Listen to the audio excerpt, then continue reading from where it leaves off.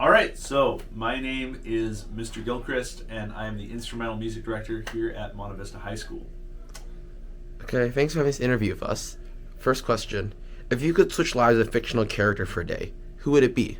This one is very easy for me. It would have to be Gojo from Jujutsu Kaisen, because, I mean, Gojo, he's incredible. Okay, he's got like space time powers. He's he's the strongest. Okay, and I would just love to be Satoru Gojo for a day, and unless that day is like a day in the prison realm, then I'm not happy. For our viewers, could you just quickly elaborate a little more on who Gojo is? Oh yeah, Gojo is, he's the goat. He's the strongest sorcerer in Jujutsu Kaisen, and he's just the unquestionably overpowered character in that show, and it's a great show. If you've never watched Jujutsu Kaisen, you should definitely check it out. Okay. If you could visit one historical event in time, what would it be? Okay, so this is actually, I have to think about this for a second. You may need to edit this. I'm sorry. That's fine. Event in history.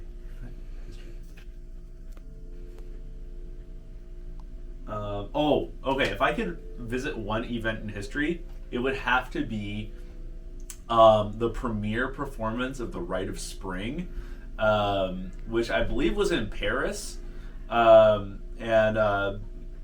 a piece by Igor Stravinsky. Basically, he marketed it as a ballet, and then when everybody showed up, they were just appalled by like how modern and edgy it was, and it actually started a riot. Like, people were so angry that they stormed out and they started to riot, and that was considered like one of the greatest compositions of all time. So good on him. Could you quickly explain who Igor Stravinsky is? Yeah, Igor Stravinsky was a Russian composer during the early 20th century. He's considered like one of the like most prominent modernist or modern composers, and he had some really significant works. Though his most famous definitely has to be The Rite of Spring. What's the most adventurous thing you've ever done outside the classroom? I don't know. I mean, okay. I need to think about this one too. That's fine. Take your time. Okay. It has to be a legal thing that I did outside the classroom, right? Okay. I mean, okay. It's up to you. Whatever you want to say. I'm just kidding. Well, I don't know about the most adventurous thing, but I did just recently, like during the Thanksgiving week, I went to Japan for a week. It was my first time ever going to Japan and visiting it. It's something I've always wanted to do. So I went with my wife, and it was almost a spontaneous thing. But we hadn't had a honeymoon, and we got married two years ago. So we figured it was finally time to kind of make our escape. It was an awesome trip. We had like no plans, and we just kind of, winged it, and it was awesome. So, What's your favorite part of Japan? ooh, that's really hard to say, but Osaka was pretty incredible. Osaka was phenomenal. I had an amazing dining experience. Basically, we found this okonomiyaki place inside this guy's like apartment, and it was just like, it was the coolest dining experience I've ever had. It was not the fanciest food, but it was the most incredible food I've ever had.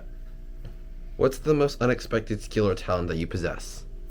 Well, in middle school, I was a fencer. So I, like sword play, basically. So, if anybody challenges me to a sword duel, I think I'm pretty well prepared for that. And what's the funniest or most memorable classroom experience you've ever had? It's really hard to narrow it down, but so I would actually just say anything involving Adi Shukla is probably one of the funniest experiences in class. He was a senior that graduated last year, and he would just constantly derail class in the most hilarious ways possible. And I mean, I'm all for like a focused and productive rehearsal, but if I break character and just crack up, then I'm also happy.